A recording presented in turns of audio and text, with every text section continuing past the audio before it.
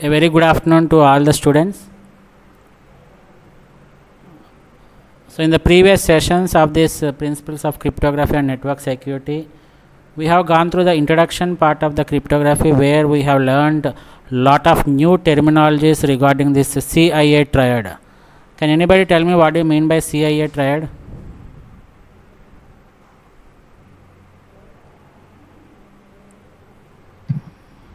Confidentiality, integrity, availability triads. Right.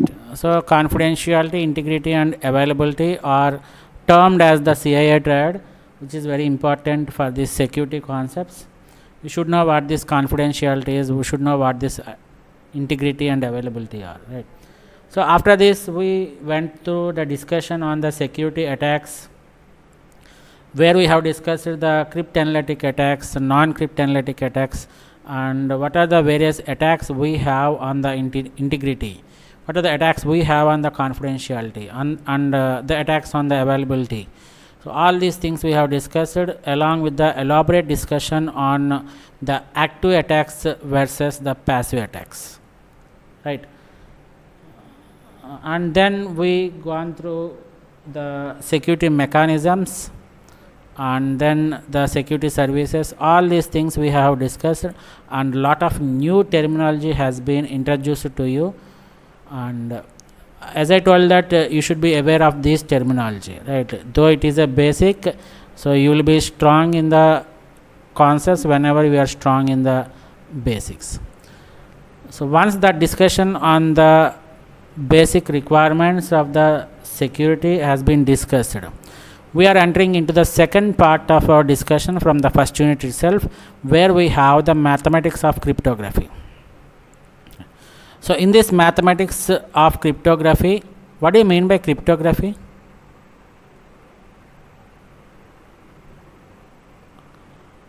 Anybody please tell me what do you mean by cryptography? Combination of encryption and decryption. Right. It's a combination of encryption and decryption, where encryption is the conversion of the plain text into the ciphertext, and the decryption is conversion of the ciphertext into the plain text. Right. So there involve lot of mathematical concepts in this cryptography. Like you will make use of the modular arithmetic, integer arithmetic you will make use, and within that integer arithmetic you have this modular arithmetic, and you will have the matrices concepts, you will discuss the linear algebra. All these mathematical concepts has been added to the cryptography in order to strengthen the cryptographic concepts, right? Without mathematics there is no cryptography. Without mathematics, in fact, there is no computer science also. As I told that mathematics is the base for the computer science. Most of the algorithms that we discuss in the computer science world are developed by famous mathematicians only. So that is the strength of mathematics we have, and that is the contribution that was given by the mathematicians to the field of computer science, as well as to the field of cryptography, right? So in this session we are going to start our discussion on the mathematics of cryptography. It's a very simple topic, but you need to concentrate more on it, right? So first of all, we'll start our concept with the modular arithmetic. Before going to the modular arithmetic, we have to discuss the integer arithmetic. So we'll start our discussion from the integer arithmetic. Later we'll go into the modular arithmetic. Then we'll discuss the matrices, where we'll discuss only what are the important topics that we have in the matrices. Why? Because we are very much familiar with the matrices. You know how to add two matrices, you know how to multiply two matrices, you know how to subtract one matrix from the other matrix, you know how to calculate the determinant of a matrix. All these things we know. So we are not going to go deep into the matrices discussion. We'll just go in the abstract level, right? We'll just give the definitions and then we'll skip. But coming to the modular arithmetic, we need to do some problems in order to understand how this modular arithmetic is going to be used in the mathematics of cryptography. We need to do some simple examples, right? So by looking at these simple examples, we'll come to know what are the actual concepts that are needed for our cryptographic, right? So as I told that the cryptography is based on some of the specific areas of the mathematics that include the number theory like integer arithmetic and the linear algebra and algebraic structures. Algebraic structures means we will be discussing the concepts of groups, rings, all these things. It's a simple concept. As I told that we will go into the abstract level only. No, we'll never go into the deep concepts, right? So we should know what is what. We should know what is modular arithmetic. What are the operations that we have in the modular arithmetic? What are the important points that we have in the modular arithmetic? All these things you should keep it in mind. Otherwise, while you go to the other chapters of our syllabus or whatever it may be, cryptography, will be just confused how this modular arithmetic has been performed. That is the reason why the syllabus has been framed in such a way that the mathematics has been introduced in the first chapter itself, right? So this is the simple point. Cryptography is based on some specific areas of the mathematics which include the number theory, linear algebra and the algebraic structures, right? So let us go with the integer arithmetic. So what do you mean by integer? So a set of integers is denoted by z, right? This you might have studied in the mathematics part while in the schooling itself. So a set of integers is denoted by z. So a set of integers is nothing but starting from minus infinity to positive infinity, right? So you have the negative numbers plus 0 you have, and similarly you have the positive numbers also. So when the negative numbers, positive numbers and 0 is combined as a set of elements, we call it as an integer set. Is it clear? Yes, sir. Yes, sir. And we have, whenever we have a set of values, you should have some set of operations on it. So operations are nothing but, you know very well about operator. An operator is nothing but a symbol which can perform some operation on it, right?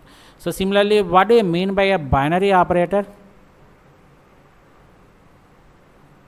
Which operates on two operands. Right. So a binary operator is an operator which operates on two operands, and remember we are not giving any clarity on the output, right? So it is going to operate on two operands, but in order to make it as a binary operation, it should operate on two inputs and should finally give a result as one output only, right? So two inputs which are nothing but two operands and creates only one output. This is very important in the definition of this binary operations. So you take two inputs, you apply some operation, and the resultant or the result you get from that operation should be only one output, right? So we consider three binary operations: addition, subtraction and multiplication. Can anybody tell me why we are not considering the division as the binary operation?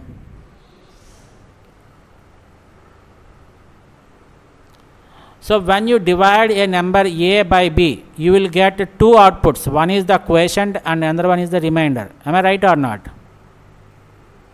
Yes, sir. Yes, sir. But according to this binary operation, it should take two inputs a and b, and the resultant you should get will be only one thing, right? But here you are getting two results. One is the quotient and another one is the remainder. So that is the reason why division is not considered as the binary operation in the integer arithmetic. Is it clear up to this point? Yes, sir. Yes, sir. So 5 plus 9, if you take addition operation, 5 plus 9, 14, you get only one output. Minus 5 plus 9, you get 4, only one output. Similarly, in the subtraction, 5 minus 9, minus 4. And similarly, minus 5, minus 9, minus 14. Similarly, if you take multiplication, 5 star 9, minus 5 star 9. All these operations, they are giving only single output. So these three operations, the addition, subtraction and multiplication, are considered as the binary operations. And coming to the integer division, if you divide a number x by n, as I told that you will get the result as q and r, where q stands for the quotient and r stands for the remainder. Since you are getting two outputs, this is not considered as a binary operation. But remember, the integer division has a lot of value in the cryptography. In fact, it is not the direct division, it is the modulo division. Right. What do you mean by modulo operator? We have in the C also.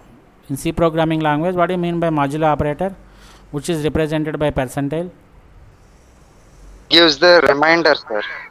Right. It gives only the remainder part. Right. It never bothers about the quotient.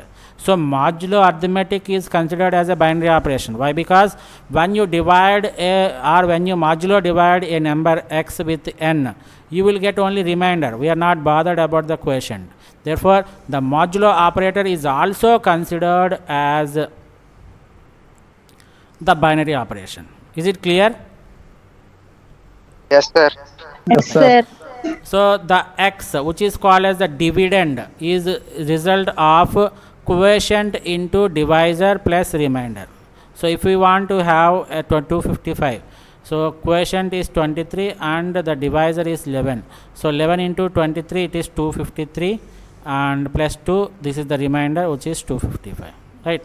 All these things you know very well. And note that the divisor is positive number and remainder cannot be negative. This is very important, very important point. Right. When you consider the modular division operator, you will be getting the remainder, but the remainder is always positive value. Right. Please keep it in mind. I will tell you why it is very important. When you get a negative remainder, what you have to do? All these things we will discuss. Right. So coming to the divisibility, which is we very often we encounter in the cryptography concept. Division, as I told, that division is very much important. Right. So if x is not 0, that means the dividend is not 0 and remainder is 0. In the division relation, we have x is equal to n star q. Why? Because remainder r is equal to 0. We take the previous formula only, where we have x is equal to q star n plus r, but here r is equal to 0. So for example, if you take 32 as x, we have 4 into 8. So these are some of the properties of the divisibility. So property 1 is if x by 1, then x is equal to plus or minus 1. Similarly, if x, property 2 says that if x by y and y by x also satisfies, then we have x is equal to plus or minus y. And the third property says that if x is equal to y and y is equal to if x by y is satisfied and similarly y by z is also satisfied, then we have the property called x by z is also satisfied. Right. What does this mean? That means if I take 8 as x and if I take y as 4, z as 2, so x by y means 8 by 4. This is satisfied, right? Similarly, y by z means this one. And this implies that x by z also satisfies. This is 8 by 2 is also satisfied. So this is the property that he is telling. Right. Similarly, the fourth property, if x by y and x by z are satisfied, then x by m star y plus n star z, where m and n are arbitrary integers. So we don't bother about these properties, but you remember modular arithmetic is very important. Right. We are just giving the introduction to the divisibility, what are the various properties we have in the divisibility, all these things we are discussing. Right. So what do you mean by a divisor? What do you mean by divisor? If I take a number 32 here, so what are all the numbers that can divide this 32 exactly? That means the remainder is 0. Such numbers we treat them as the divisors. So if we take 32 as my x value, you can observe here that 32 by 1 is 32. 32 by 2 is 16, 32 by 4 is 8, 32 by 8, 4, 32 by 16, 4, 32 by 32, 1. So all these numbers, they are exactly dividing my given number. So these numbers 1, 2, 4, 8, 16 and 32 are called as divisors. Right. and the integer 1 has only one divisor, right? If I take x is equal to 1, how many divisors are there? There is only one divisor, that is 1, right? Similarly, any positive integer has at least two divisors, 1 and itself. This is very important, right? So any positive integer, any number you take, for example 13 you take, it has the divisors 1 and 13. Similarly, you take 12, it has the divisors 1, 2, 4 is there, 3 is also there, 6 is there, 8, 9, 10, 11, 12. So 1 and the number itself are always the divisors of the same number except for 1. So 1 will have only one divisor, which is 1. Is it clear up to this point? Yes, sir. Yes, sir. And next we are entering into one more important topic, which is GCD. GCD stands for greatest common divisor. Very important concept in the cryptography. We apply this GCD concept in many of the concepts in the cryptography, right? We'll see. So what do you mean by a greatest common divisor? It is also called as GCF. Can I call it as GCF, which stands for greatest common factor? Yes, sir. Right. Yes, sir. So when you want to find the greatest common factor or greatest common divisor of two positive integers, what you have to do? For example, let us take this 12 and 140.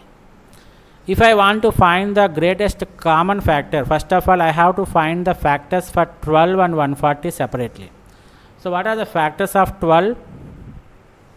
Factor is nothing but divisor. What is the factor of 12?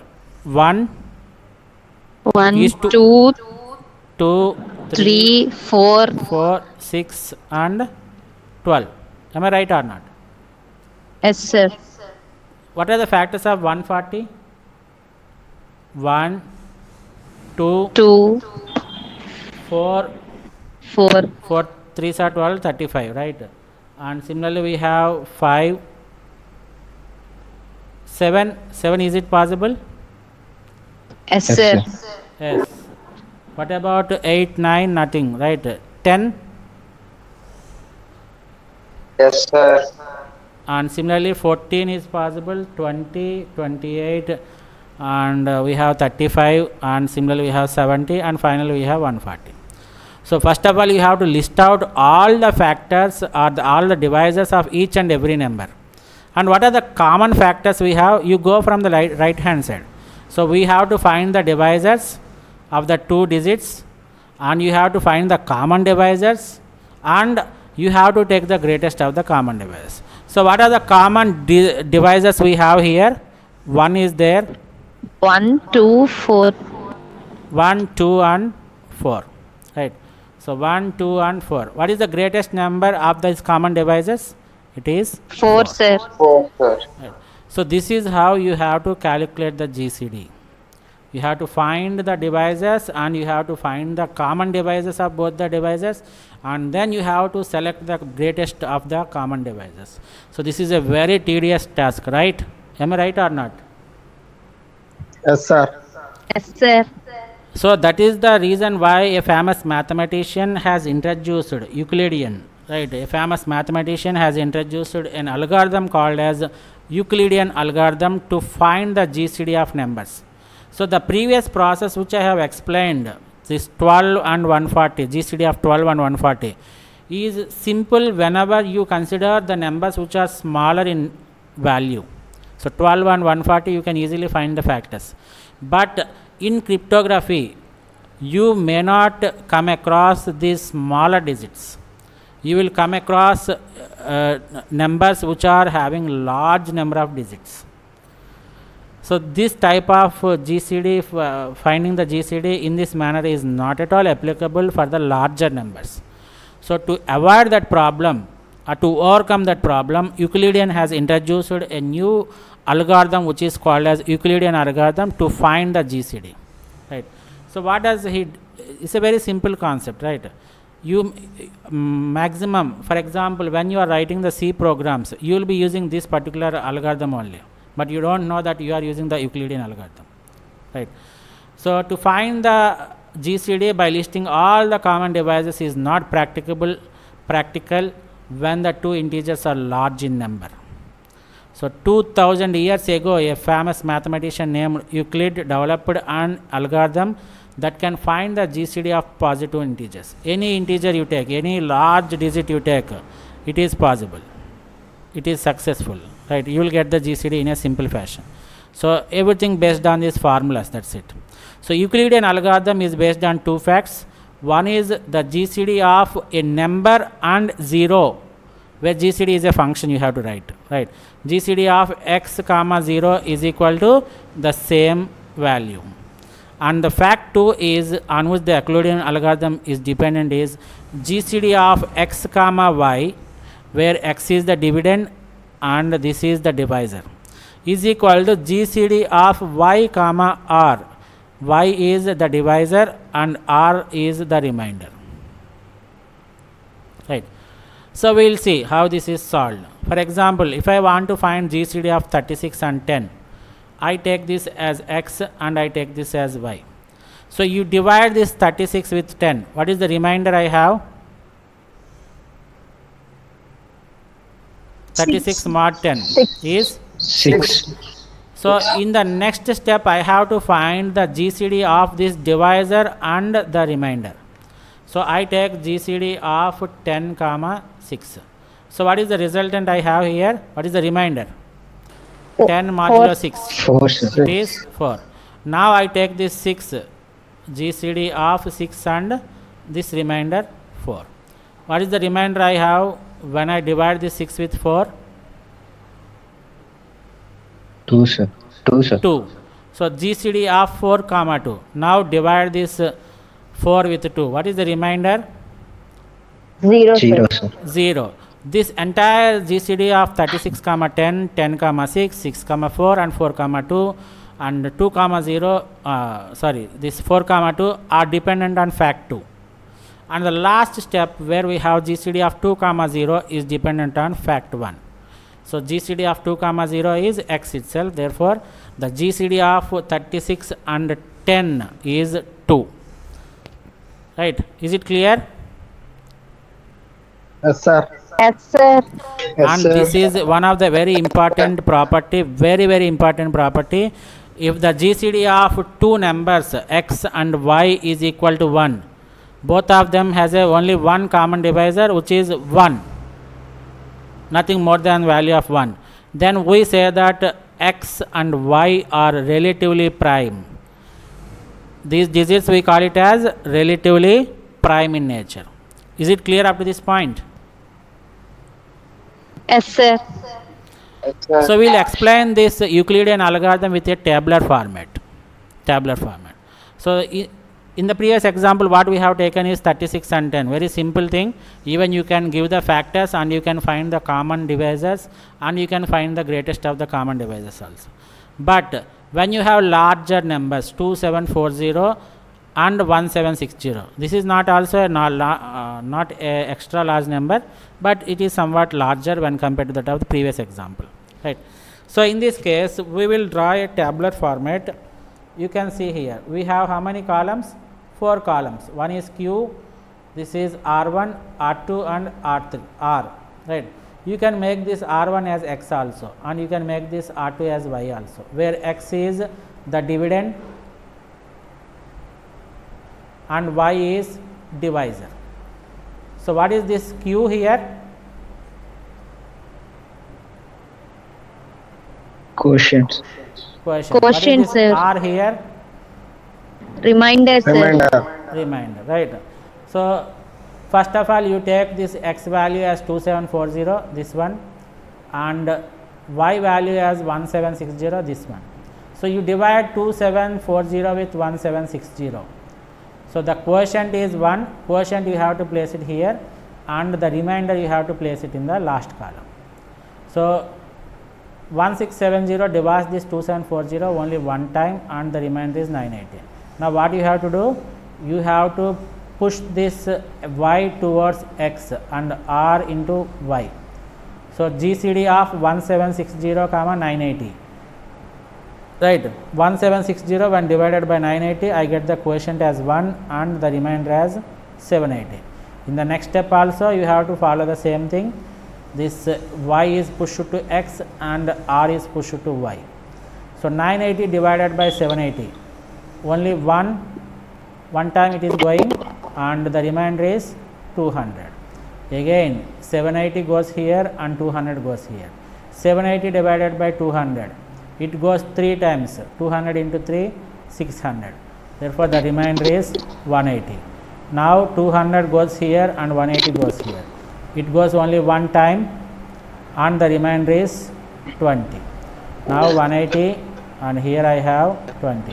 180 divided by 20, it goes 9 times and the remainder is 0. Right.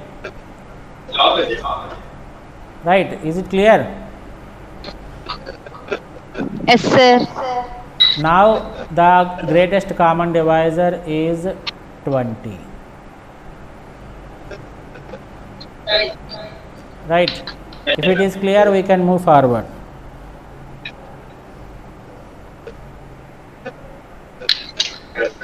Yes, sir. Right. So other than this Euclidean algorithm, he has extended this Euclidean algorithm, which we are calling it as the extended Euclidean algorithm. This is also to find the GCD, and we have some more applications on this extended Euclidean algorithm.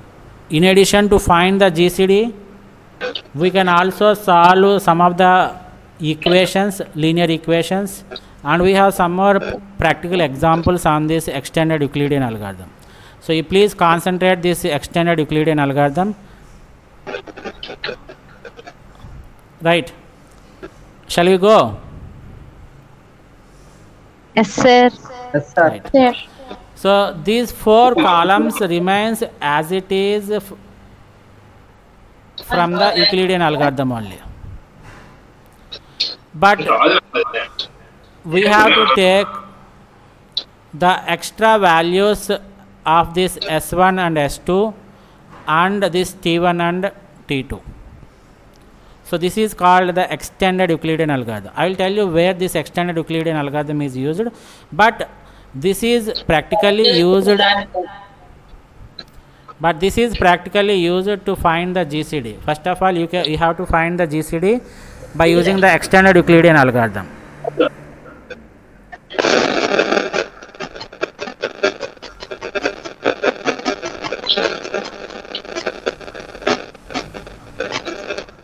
Rajesh.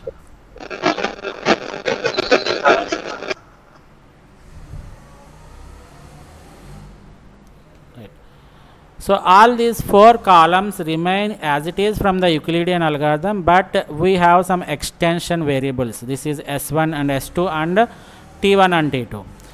Initially the values of S1 and S2 are taken as 1, 0, and the values of T1 and T2 are taken as 0, 1.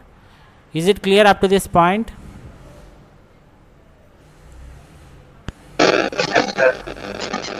Right. So here you take it as x and you take it as y. So if I want to find the GCD of 161, 28 using extended Euclidean algorithm, so what is the value of x here? 161. 161. What is the value of y here? 28, sir. 28. Right. So listen. So this particular part goes as if it is a Euclidean algorithm only. But here how can we calculate the value of s and t? That we will discuss. Right. So in the first step, x is taken as 161 and y is taken as 28.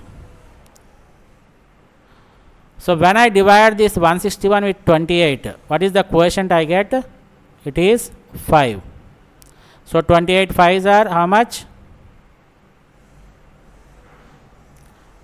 140. And what is the remainder I have? 21. Up to here you are clear, right? Yes, sir. Yes, sir. And I told that the S1 and S2 initial values are taken as 1 and 0, and T1 and T2 are taken as 0 and 1.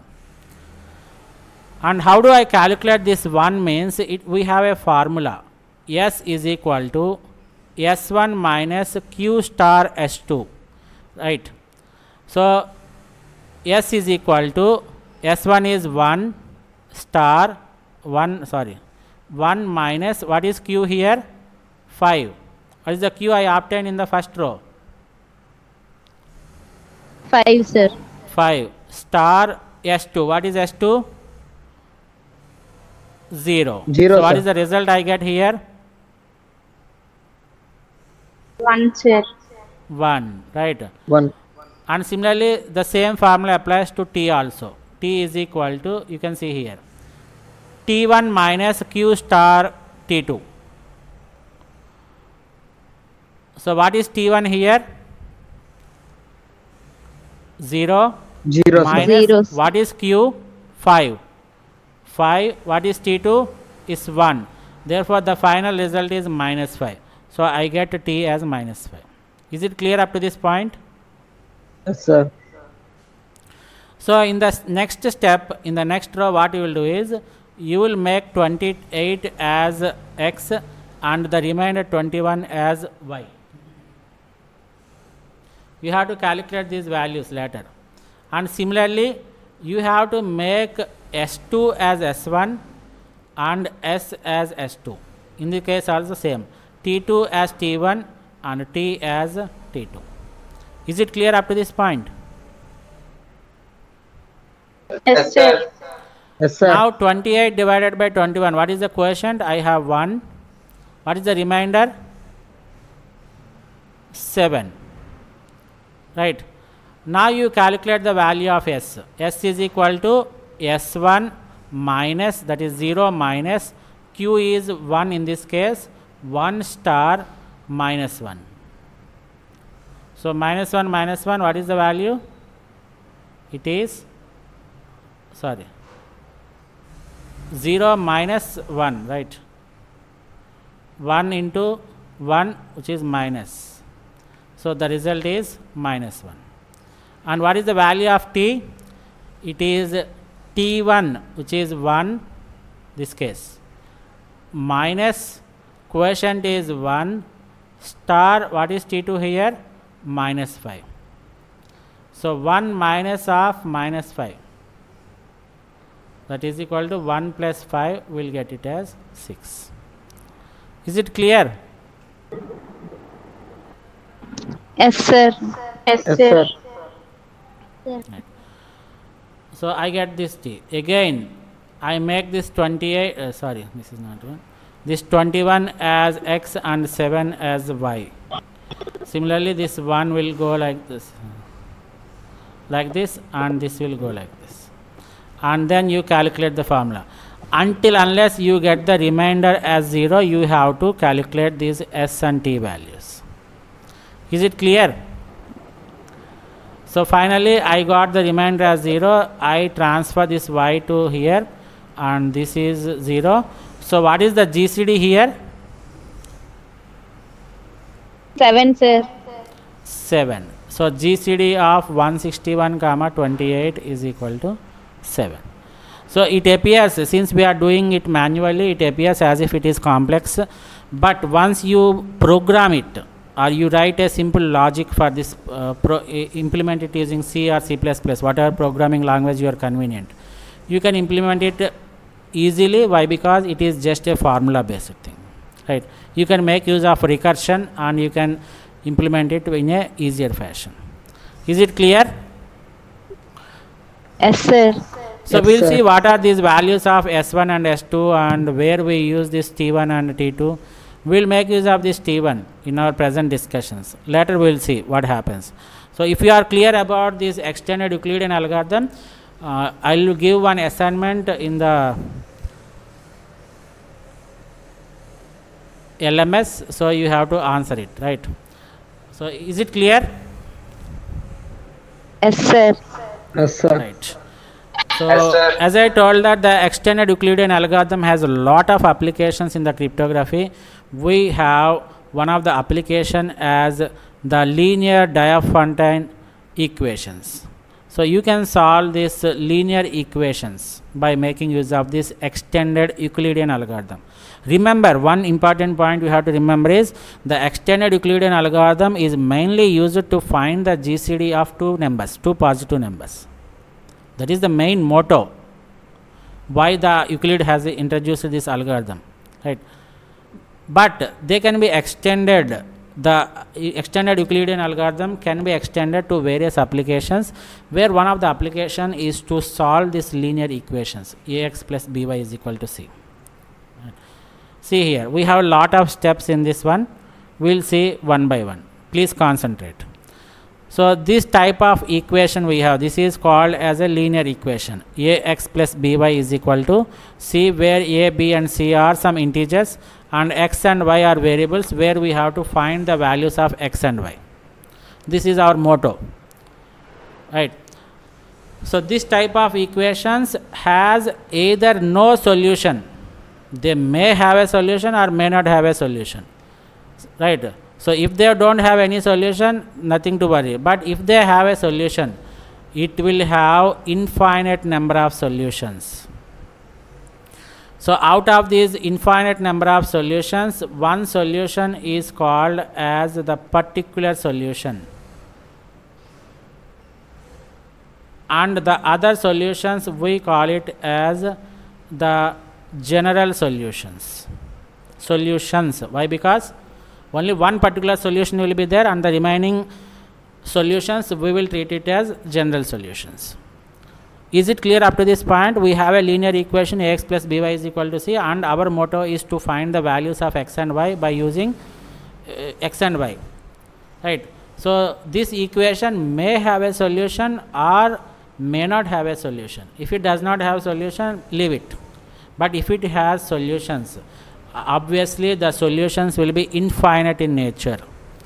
So out of those infinite solution, one solution we will call it as a particular solution, and the remaining solutions we call it as general solutions. Is it clear up to this point? Yes, sir. So as a first step, you have to find the GCD of A and B. What are these A and B? These are coefficients of x and y respectively. Am I right or not? Yes, sir.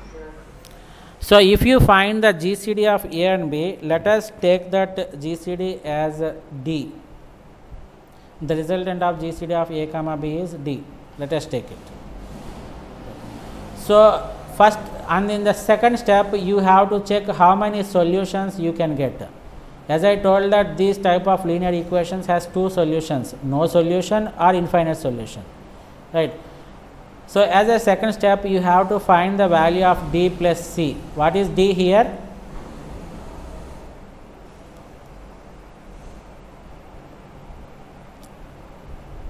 What is D here? GCD values. GCD of the coefficients of x and y. What is C here? This one, it is a constant. So if you add these two things and if the result is 0, then the equation has no solution. Leave it. Assume that C is minus 4 and the GCD you got D is 4. So you add these two things, 4 minus 4 is equal to 0. Therefore this particular type of equation where C is equal to minus 4 and the GCD I got is 4, it has no solutions. Is it clear up to this point? Yes, sir. Yes, Now sir. you go for step 3, where you take this GCD value which is D and you divide this GCD value with C, which is the constant value given in the linear equation, right? Let us take the GCD is 8 and the constant is 2. Is it exactly dividing or not? 8 by 2. Exactly. Yes, exactly sir. dividing, sir. The remainder is 0, it is exactly dividing, right? In such case, you have the infinite number of solutions. So first step is you have to find the GCD of the coefficients of x and y. Second step is you add the coefficient and the constant, you add the GCD and constant.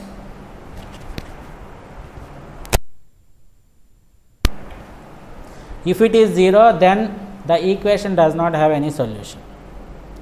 And the third step is you divide the constant with the you divide the GCD with the constant. If it is exactly divisible, then we say that it has infinite number of solutions. So out of those infinite number of solutions, one of it is the particular solution and the rest is the general solution. Right? Is it clear up to this point? Yes, sir. So once we end up in this infinite number of solutions, you have to find the particular solution and you have to find the general solution also. So how do you find the particular solution means, see here, this is step 3.1. First of all, you have to divide the given equation with d on both sides of ax plus by is equal to c. We will explain it with one example in the next slide, don't worry, right. First of all, you have to find the GCD and you have to find d by c. If it is exactly divisible, then you come to a conclusion that that equation has infinite number of solutions. In order to find the particular solution, first of all, you have to divide the entire equation by the GCD which you have obtained. Therefore, this becomes a by dx, this becomes b by dx and this becomes c by dx. So this a by d we are treating it as a1, this b by d we are treating it as b1 and c by d we are treating it as c1. So this ax plus by is equal to c is converted into an equation which is a1x plus b1y is equal to c1. Is it clear up to this point? Yes, sir. Right. Now step 3.2. You have to solve s and t. Where do you find these variables s and t? Is it in the Euclidean algorithm or extended Euclidean algorithm? Extended Euclidean algorithm. So that is the reason why extended Euclidean algorithm, in addition to find the GCD of two positive integers, it is also used to solve the equations also, linear equations, right. So you have to solve for this s and t in the relation a1 star s plus b1 star t is equal to 1 using the extended Euclidean algorithm. And finally, the particular solution is given by x naught is equal to c by d into s. What is this c? Constant, sir. Constant. What is this d? GCD values. GCD of a comma b. And where do I get this s and t values? From the extended Euclidean algorithm. Extended Euclidean algorithm. Right. So x naught is given by c by d into s and y naught is given by c by d into t. Once you get the particular solution, you can get the generalized solutions as x is equal to x naught. What is this x naught? The particular solution plus k into b by d and y is equal to y naught minus k into a by d, where k is an integer ranging from 0 to some k minus. Is it clear up to this point?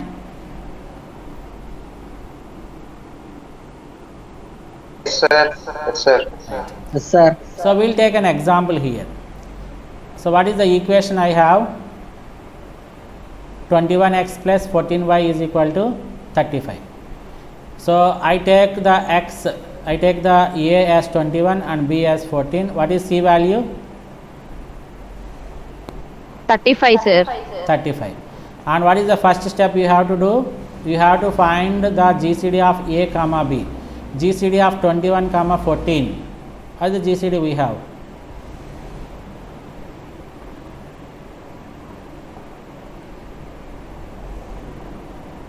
What is the GCD of 21 and 14, Amma? 7, So sir. it is 7, right? What are the divisors of 21? Which is 1, 3, 7, 9,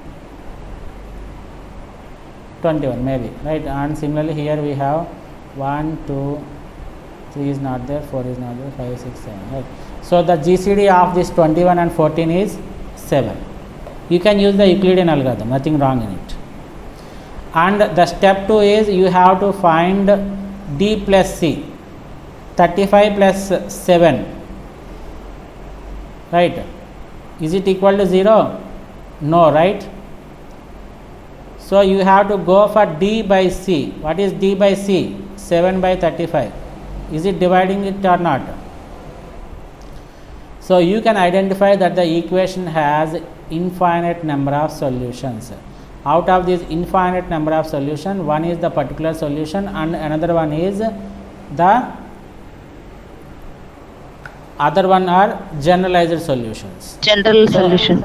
General solutions, right? Now step 3 is to find the particular solution. So what is step 3.1? You divide this entire equation 21x plus 14y is equal to 35 with the GCD which you obtained from GCD of a comma b. So divide this equation 21 by 7, 14 by 7 and 35 by 7. So what is the equation that is reduced?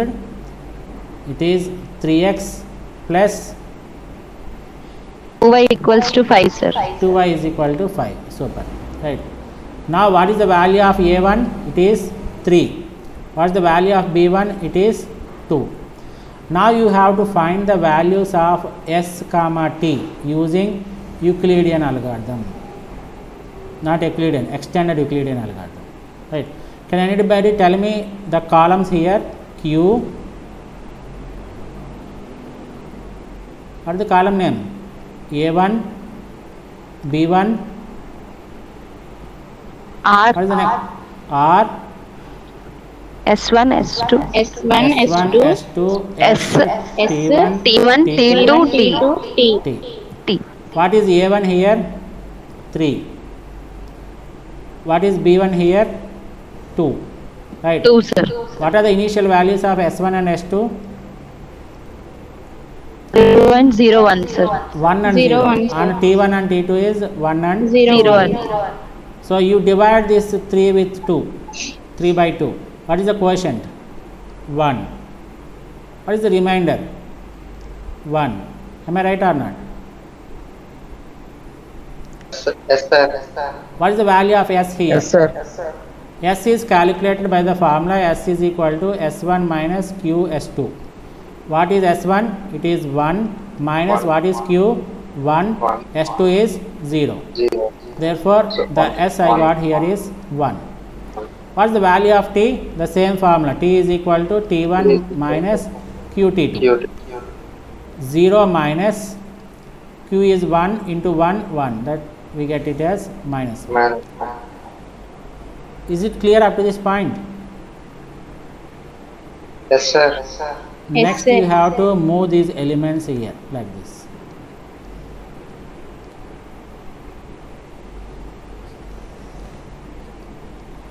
So I have 2 here and I have 1 here, right? And here S1 is 0 and S2 is 1. Here T1 is 1 and T2 is minus 1. Now you tell me what happens to the quotient.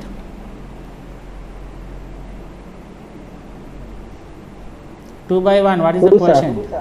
quotient? 2. It is 2. What is the remainder?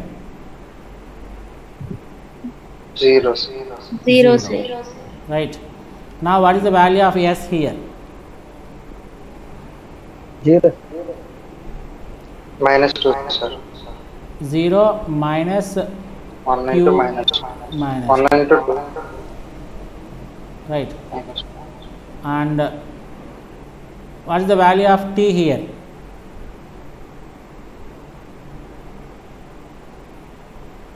One 3, sir. 3, sir. minus of Sir. 2 3. into minus 1, that is 3. Right.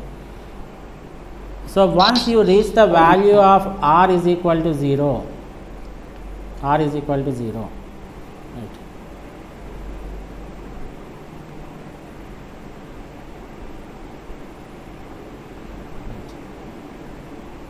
So don't get confused here, right? Either you can transfer this here. One minute, let me.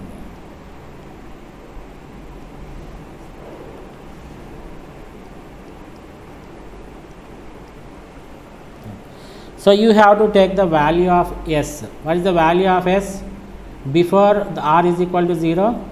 This one. Am I right or not? Before you reach remind is equal to 0, the value of s is 1. Is it clear? Yes, sir. And what is the value of t?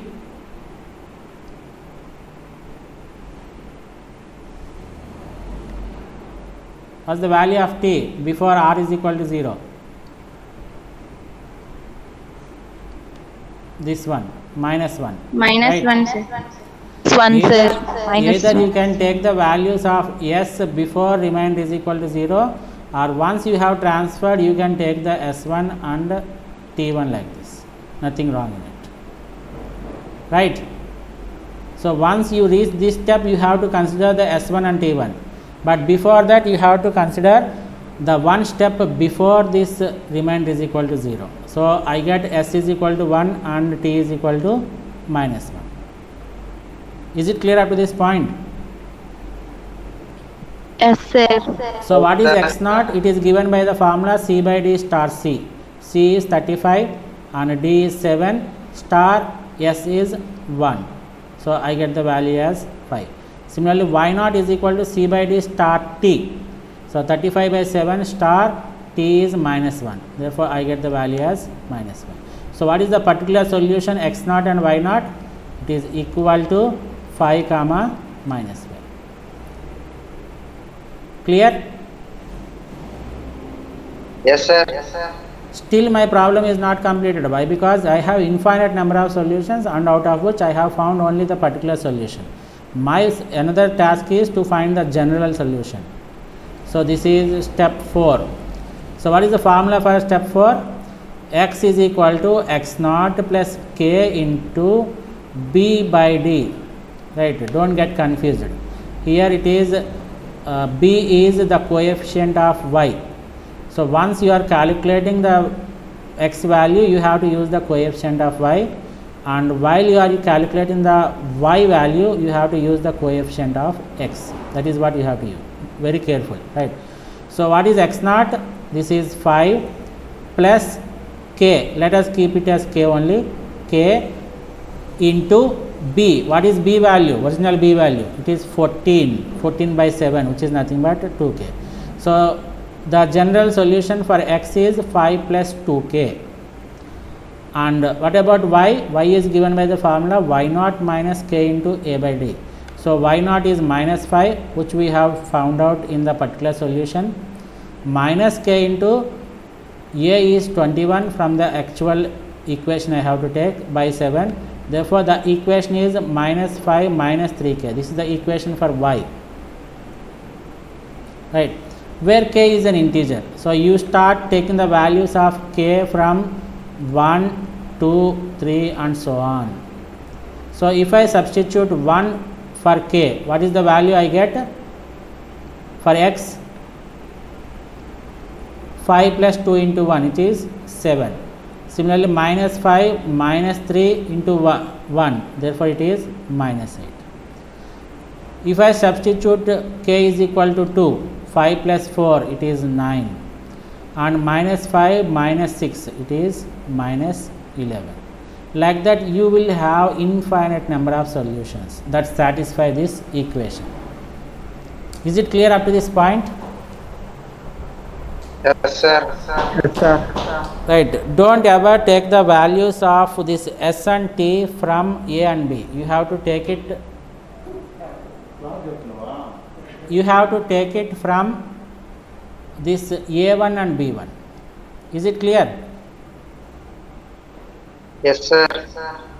Yes, sir. So this is how we can use this Euclidean, extended Euclidean algorithm to find the solutions for the linear equations. Right. So if it is clear, we will stop our discussion at this point. Why? Because modular arithmetic is a separate concept which we will deal in the next session. Right. So in the evening I will post some questions to you. You have to solve these equations. Right. So is it clear up to this point what we have discussed in today's Yes. session? Okay, yes, sir. Yes, sir. Okay. So this is end of today's session. Thank you one and all. Thank you, sir. Thank you, sir.